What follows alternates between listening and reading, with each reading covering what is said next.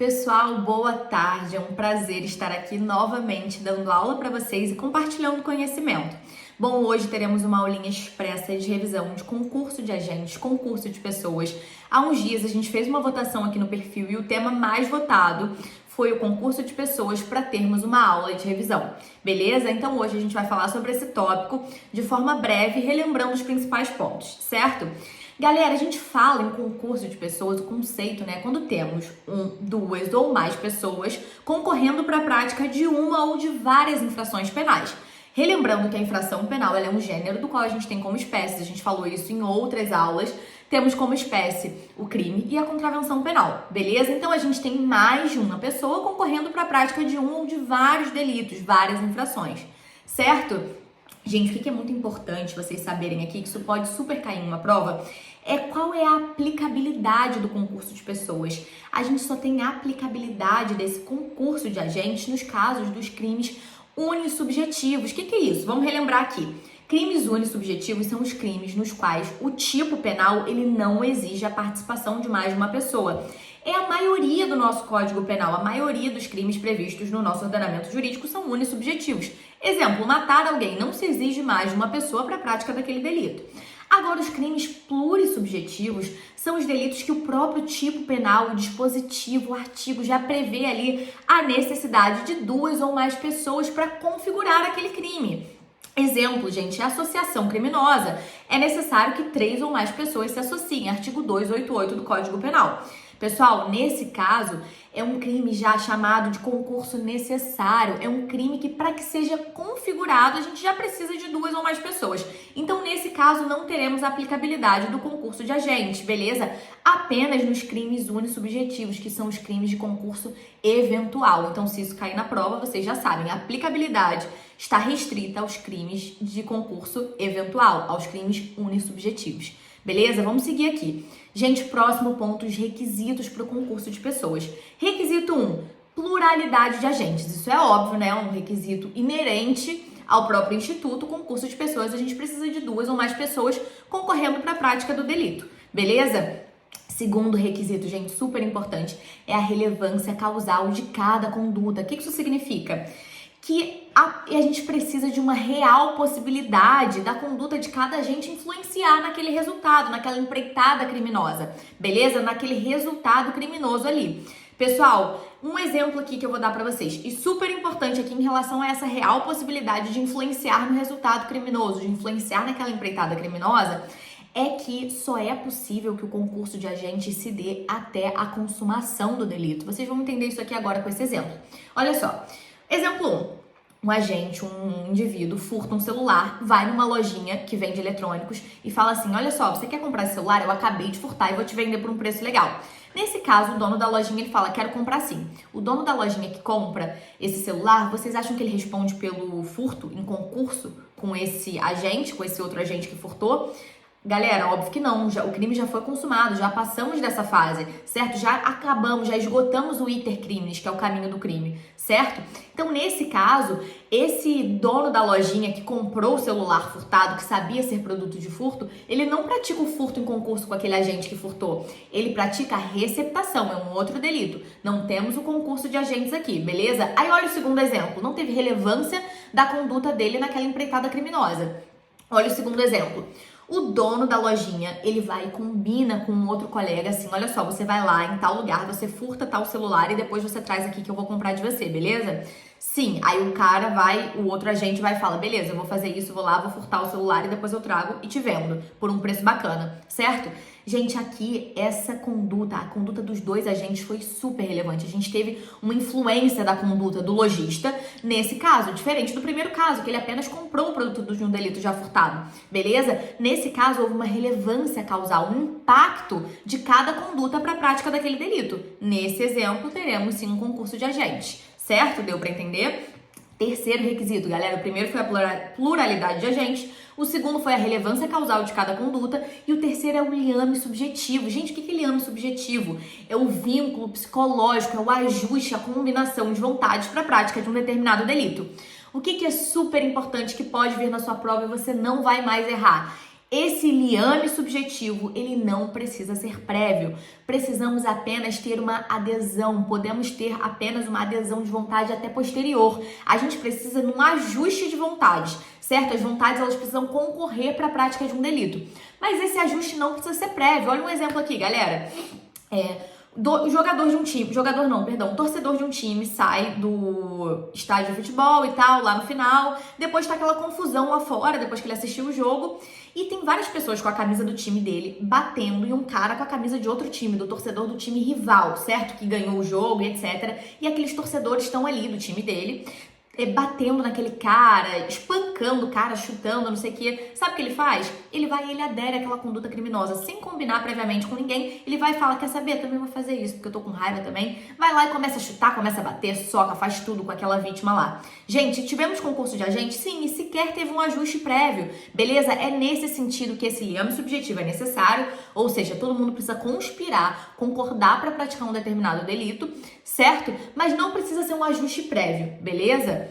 Então vamos lá, galera. Isso aqui tá muito mais detalhado lá no nosso material escrito, que está no nosso grupo de materiais gratuitos, certo? Eu botei um resumo que a gente não pode nem chamar de resumo, porque é tão detalhado sobre esse tema lá no nosso grupo de materiais gratuitos que já está disponível, certo?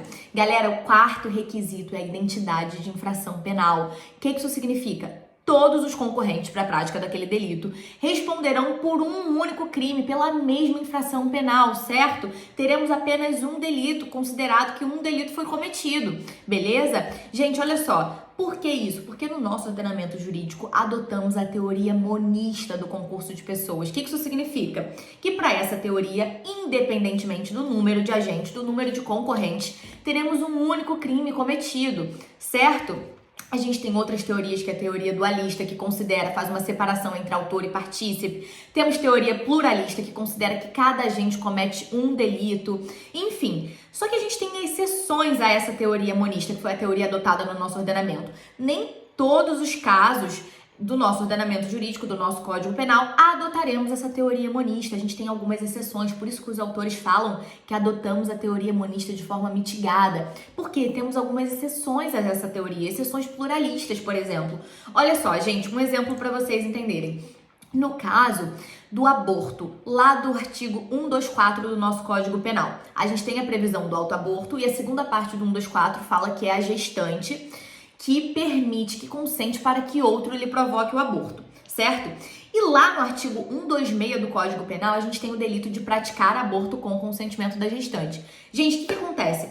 Quando uma gestante, ela consente para que outra pessoa lhe pratique o aborto, ela vai responder pelo artigo 124, segunda parte, que versa sobre isso.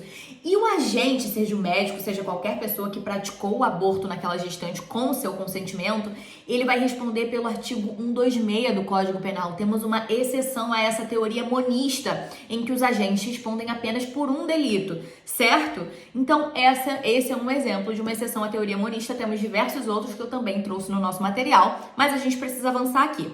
Galera, em relação a esse autor, isso cai demais em prova. Quem é o autor do delito?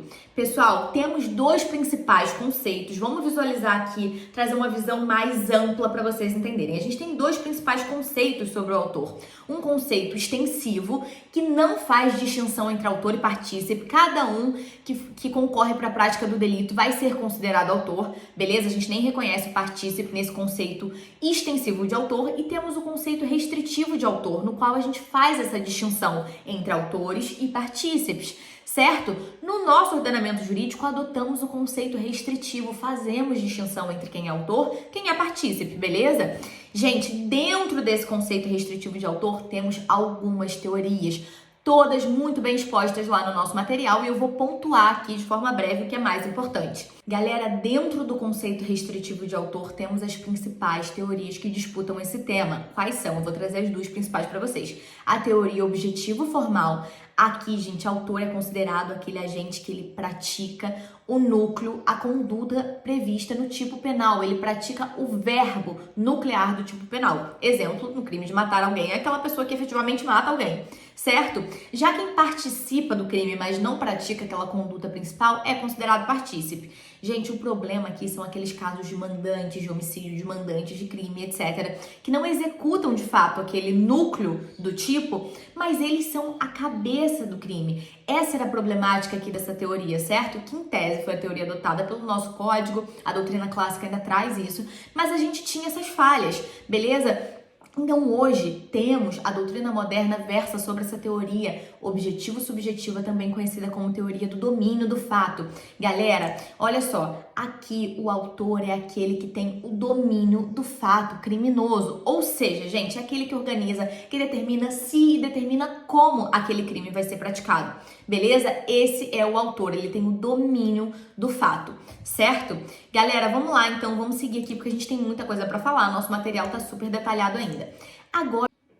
Galera, agora algumas hipóteses de autoria pra gente avançar aqui. Temos autoria imediata, mas isso é mais tranquilo, tá tudo lá no nosso material. Eu quero falar agora com vocês sobre autoria colateral e incerta, porque isso aqui é um pouquinho mais interessante, vamos dizer assim. Gente, autoria colateral é quando duas ou mais pessoas querem praticar um determinado delito, o mesmo delito, mas elas não sabem da vontade alheia. Eu, por exemplo, e Joãozinho queremos matar Mariazinha. Só que eu não sei que o Joãozinho quer matar Mariazinha e Joãozinho não sabe que eu quero matar Mariazinha. E no mesmo instante eu vou e atiro contra Mariazinha e Joãozinho também. Gente, parece teórico, né? Mas vamos focar aqui no exemplo. Eu atiro e Joãozinho também. Depois a perícia descobre que o tiro que matou Mariazinha foi o meu tiro. Eu vou responder pelo homicídio consumado e Joãozinho vai responder por homicídio tentado, beleza? Essa é a solução. Agora, o que acontece quando a gente não pode, quando a perícia não pode precisar qual foi o delito, qual foi a efetiva conduta que levou o óbito daquela vítima? Gente, nesse mesmo exemplo, eu e Joãozinho, Mariazinha morre e a perícia não consegue constatar qual foi o tiro, qual foi a bala, certo? Que causou o efetivo óbito de Mariazinha. Pessoal, nesse caso, teremos uma hipótese de autoria colateral incerta. Autoria incerta, já ouviram falar disso? Pessoal, nesse caso, qual vai ser a consequência? Eu e Joãozinho responderemos por tentativa de homicídio. Ainda que esse homicídio tenha sido consumado, não responderemos pelo delito consumado, porque isso aqui seria um indúbio contra o réu. A gente tem aquela tese que permeia o nosso direito, aquele princípio do indúbio pro réu. Então, eu não posso imputar a determinada pessoa um homicídio consumado se eu não tenho certeza que foi ela que deu cabo, que causou efetivamente aquele resultado, certo? Então, nesse caso de autoria colateral incerta, quando não se pode precisar qual foi a conduta que efetivamente causou o resultado, teremos uma hipótese de tentativa, um crime tentado, ainda que haja sido consumado, para as duas pessoas. Serão imputados os dois ou mais agentes por esse delito de forma tentada. Beleza? Gente, o que é a participação para a gente finalizar aqui? Porque passamos já do tempo. Galera, é a colaboração dolosa em crime alheio, certo? E o conceito aqui de participação também vai depender da teoria que a gente adotou. Então, de acordo com a teoria objetivo formal, que eu falei para vocês que é uma teoria mais clássica, partícipe, é aquele que concorre para o crime, mas não pratica a conduta, não pratica a conduta típica do tipo penal, não pratica o verbo típico do núcleo ali daquele tipo, daquele dispositivo penal, beleza? Daquele dispositivo legal, certo? É quem, por exemplo, empresta arma, mas não efetivamente mata, certo? Já a teoria do domínio do fato, de acordo com a teoria do domínio do fato, partícipe é aquele que concorre para o crime, no entanto, não domina o fato criminoso, certo? Esse é o conceito de partícipe, de acordo com as duas teorias. Galera, olha só pra gente finalizar, temos algumas modalidades de participação que caem na prova. Olha só, modalidade moral de participação. Dentro das modalidades morais de participação, temos a hipótese de induzimento ou instigação. Induzimento é quando o autor ainda não cogitou a prática do crime e o partícipe ele planta a ideia na mente daquele autor, certo? Agora, a instigação é quando o autor ele já pensou, ele já cogitou no cometimento, em cometer aquele delito e o partícipe ele só fomenta aquilo, certo? Ele engaja o autor para cometer aquele delito, beleza? E a modalidade de participação material é a participação no qual o partícipe ele empresta algum bem material ao autor, beleza? É o exemplo da pessoa que empresta uma arma de fogo para o autor ir e matar alguém, certo? Galera, olha só, era isso que eu queria falar com vocês. Em relação à punibilidade no concurso de pessoas, temos que ficar atentos ao artigo 29, parágrafo 1º, que fala sobre a participação de menor importância. Se a participação for de menor importância, teremos uma redução de pena. A pena vai ser diminuída de 1/6 a 1/3, se essa participação for considerada de menor importância. Eu trouxe algumas balizas para a gente definir o que seria essa participação de menor importância para vocês entenderem. E também leiam o artigo 29, parágrafo 2º, desvio subjetivo de conduta ou cooperação dolosamente distinta. Isso também é super importante, gente. Olha só, é quando um dos concorrentes quis participar de um crime menos grave e a pena aplicada a esse concorrente que quis participar de um crime menos grave vai ser a pena desse crime menos grave que ele queria participar, certo? E pode haver um aumento de pena caso a hipótese do crime mais gravoso fosse previsível, beleza? Galera, nosso material tem tudo isso de forma muito completa, então não deixem de acessar, certo? E eu estou à disposição, peço perdão por ter passado correndo em alguns tópicos, mas eu quis abordar a maior quantidade de temas possíveis aqui dentro pra gente relembrar, beleza? Gente, eu sigo à disposição de vocês e foi um prazer estar aqui novamente. Nos vemos, vamos fazer uma votação e outra aula na próxima semana, ok?